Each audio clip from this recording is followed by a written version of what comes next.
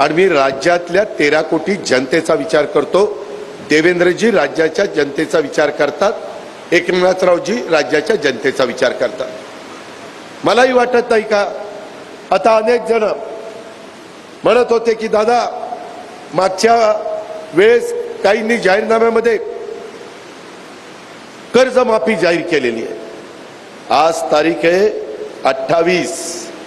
मी या कार्यक्रमाच्या निमित्तानं महाराष्ट्रातल्या जनतेला स्पष्ट सांगतो, 31 तारखेच्या आत आपापले पैसे भरा पीक कर्जाचे, आणि त्याच्यामुळं परिस्थितीनुरूप आम्ही पुढचे त्या ठिकाणी निर्णय घेऊ।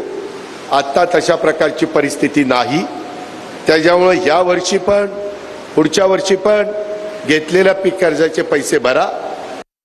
अजित पवार यांची विधानसभा निवडणुकीपूर्वीची भाषा, देवेंद्र फडणवीस, एकनाथ शिंदे यांची भाषा पूर्णपणे वेगळी होती। लाडक्या बहिणीने 2100 रुपये देण्यापासून ते कर्जमाफीपर्यंत करणारच चवर जोर देऊन सांगत होते। आता अजित पवारांनी हात वर केलेले आहेत।